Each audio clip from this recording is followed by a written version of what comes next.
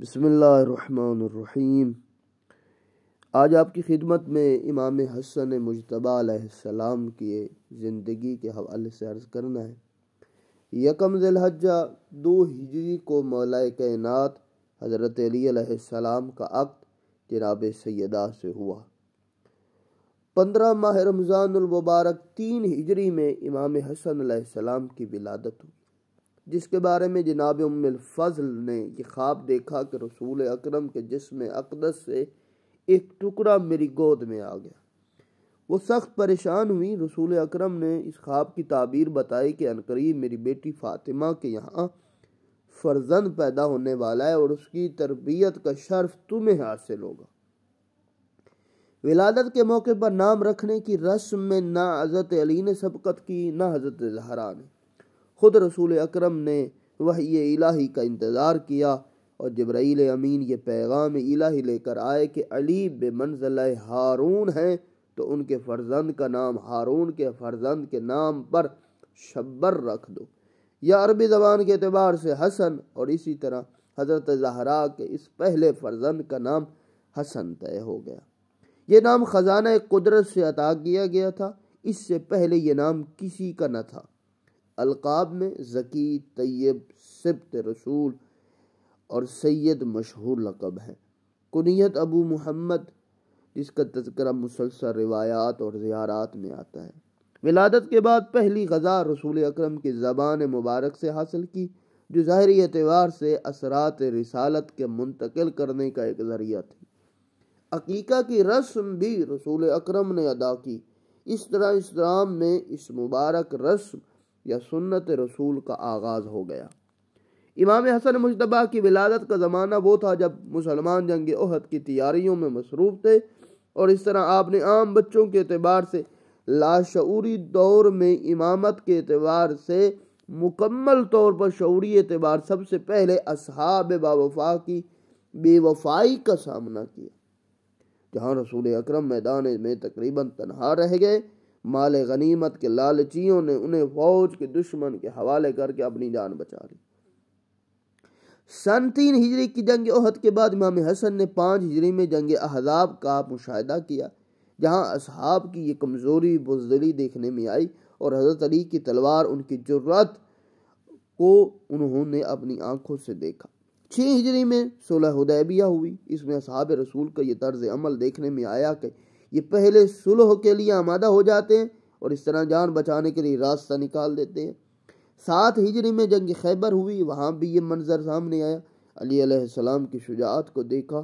8 ہجری میں فتح مکہ کا منظر سامنے آیا، جہاں مصلحتاً معاویہ اور اس کا باپ ابو سفیان نے اسلام قبول کر لیا۔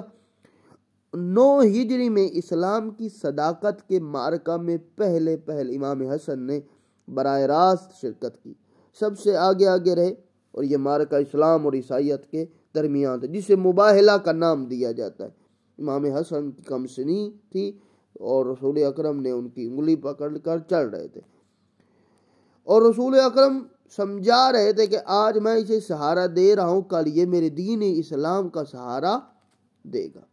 10 ہجری میں رسول اکرم نے آخری حج فرمایا، جس کی واپسی پر مقام قدیر میں حضرت علی مولا کائنات کا ولایت کا اعلان ہوا۔ 11 ہجری میں 28 صفر کو رسول اکرم کا انتقال فرما گئے۔ امام حسن اپنی زندگی کے پہلے عظیم حادثے سے دوچار ہوئے، جس کا انہوں نے یہ منظر دیکھنے میں آیا کہ لاکھوں صحابہ کا پیغمبر بستر مرگ پر دیکھنا اور غسل و کفن میں حاضر نہ ہونا، یہ عجیب ایک کیفیت تھی کہ مسلمان دوڑ رہے تھے، اور کہاں کہ سقیفہ میں اپنے آپ سے ایک خلیفہ منتخب کرنے کے لیے۔ اور اسی طرح یہ سلسلہ چلتا ہوا۔ رسول اکرم کی وفات کے بعد 75 یا 95 دن کے بعد ان کی والدہ کی شہادت ہوئی، اور وہ سارے واقعات جو انہوں نے دیکھے کہ جیسے کہ دروازے پہ آنا اور سب ظلم و ستم جانتے تھے۔ اس 7 سال کے وقفے میں امام حسن کے مختلف کارنامے دیکھنے میں آئے اور مختلف فضائل و کمالات کا اظہار ہوتا رہا۔ مثال کے طور پر آپ رسول اکرم کے معجزہ کی ترجمانی جناب صدیقہ طاہرہ سے کیا کرتے تھے۔ ایک دن حضرت علی بھی پس پردہ اس ترجمانی کے سننے میں شریک ہوئے تو امام حسن کے بیان میں فرق آ گیا۔ عرض کرنے لگے مادر گرامی آج زبان میں روانی نہیں ہے جو پہلے تھی، ایسا لگتا ہے کوئی سردار مجھے دیکھ رہا ہے۔ یہ باپ کی ایک عظمت اور باپ کا ایک مقام اور احترام تھا۔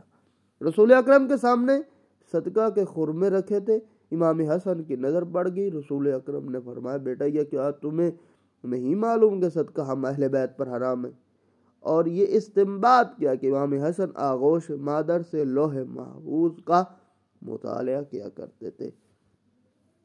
واضح رہے کہ اس روایت میں خرما کے منہ میں رکھ لینے کا بھی ذکر جو شان امامت کی بجائے شان واضعین حدیث کے لیے زیادہ سازگار امر ہے۔ بعض روایات کی بنا پر آپ سجدے کی حالت میں پشت رسول پر آ گئے، آپ نے سجدے کو طول دے دیا اور پشت سے اترنا گناہگوارا نہ کیا۔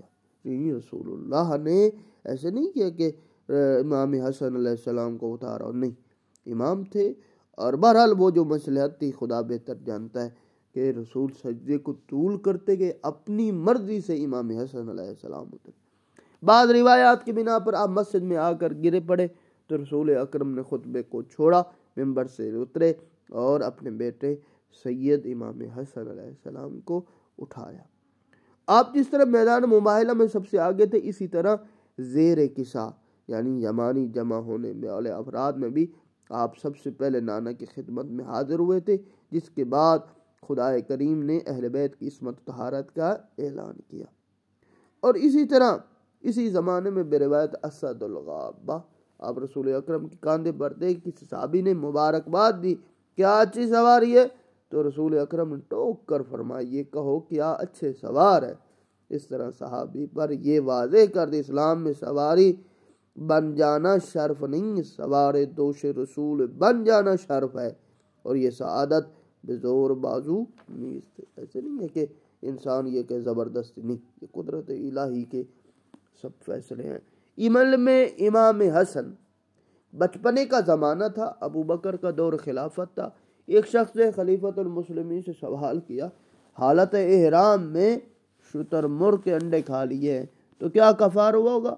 اور مسئلے کو عبد الرحمن کے حوالے کر دیا۔ اس نے سنگینی مسئلے کو دیکھ کر اس نے حضرت علی علیہ السلام کے حوالے کر دیا۔ آپ نے امام حسن کو جواب دینے کا حکم دیا۔ امام حسن نے فرمایا اونٹنیوں پر اتنی ہی مقدار میں اونٹ چھوڑ دیے جائیں جو بچے پیدا ہوں انہیں خانہ خدا کے حوالے کر دیا جائے۔ حضرت علی نے فرمایا فرزند بعض انڈے خراب بھی تو ہو سکتے ہیں۔ عرض کیا بے شک، لیکن بعض حمل ضائع بھی تو ہو سکتے ہیں۔ حضرت علی مقام رحبہ میں تھے کہ ایک شخص نے آ کر اظہار خلوص کیا، فرمایا تو میرا دوست نہیں ہے، معاویہ کا جاسوس ہے۔ اس سے بادشاہ روم نے چند سوالات کیے، ان کے جوابات سے عاجز تھا تو اس نے تجھے یہاں روانہ کر دی۔ پھر امام حسن کو جواب دینے کا سوالات یہ تھے حق و باطل کا فرق کیا ہے، زمین و آسمان کا فاصلہ کیا ہے، مشرق و مغرب کی مسافت کتنی ہے، خنثی کسے کہتے ہیں، اس کی شناخت کا ذریعہ کیا ہے، وہ 10 اشیاء کون سی ہیں جن میں سے ہر ایک دوسرے سے قوی تر ہے۔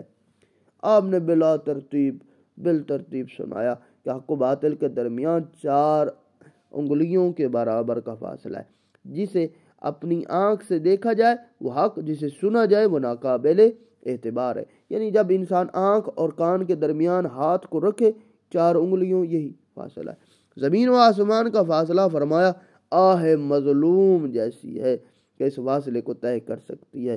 مشرق و مغرب کا جو فاصلہ ہے فرمایا آفتاب ہے کہ وہ ایک دن میں یہ فیصلہ طے کر۔ خنثی فرمایا کون ہے؟ جس کے مرد اور عورت ہونے کا معاملہ شک میں ہو کہ یہ خواتین میں شمار ہوگا یا مرد ہو۔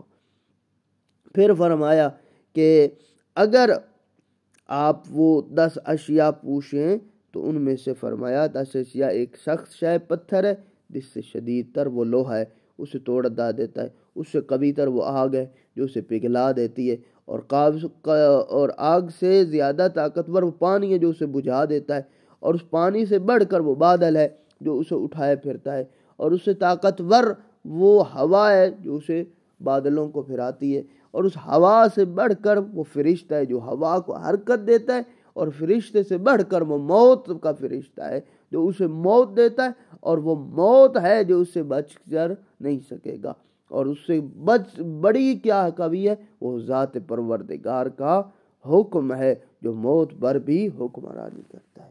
امام حسن کے ان جوابات میں عظیم ترین علمی اور سیاسی اجتماعی نکات پائے جاتے ہیں۔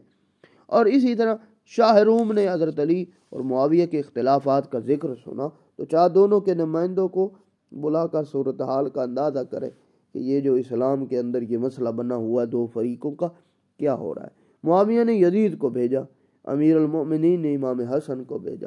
یزید نے بادشاہ روم کی دستبوسی کی، امام حسن نے شکر پروردگار کیا، اسے چند تصویریں نکالیں جن کی کوئی شناخت کرنے والا نہیں تھا۔ آپ نے فرمایا کہ یہ جناب آدم، نوح، ابراہیم، اسماعیل اور جناب شعیب کی تصویریں ہیں۔ ایک تصویر کو دیکھ کر رو دیے، یہ میرے جد بزرگوار کی تصویر ہے۔ جس پر بادشاہ روم نے عجیب و غریب سوال کیا، وہ کون سی مخلوق ہے جو بغیر ماں باپ اور نر و مادہ کے پیدا ہوئے؟ آپ نے فرمایا وہ 7 مخلوقات ہیں، جن میں آدم، جناب حوا، اور فدیہ اسماعیل کا دمبا، جناب صالح کی ناقہ، جناب موسیٰ کا اژدہا، خود ابلیس یعنی شیطان وہ کبا جس نے قابیل کو دفن کرنے کا طریقہ بتایا۔ ان سوالات و جوابات سننے کے بعد بادشاہ روم بے حد خوش ہوا، اس نے آپ کو تحفے تحائف کا نذرانہ پیش کیا۔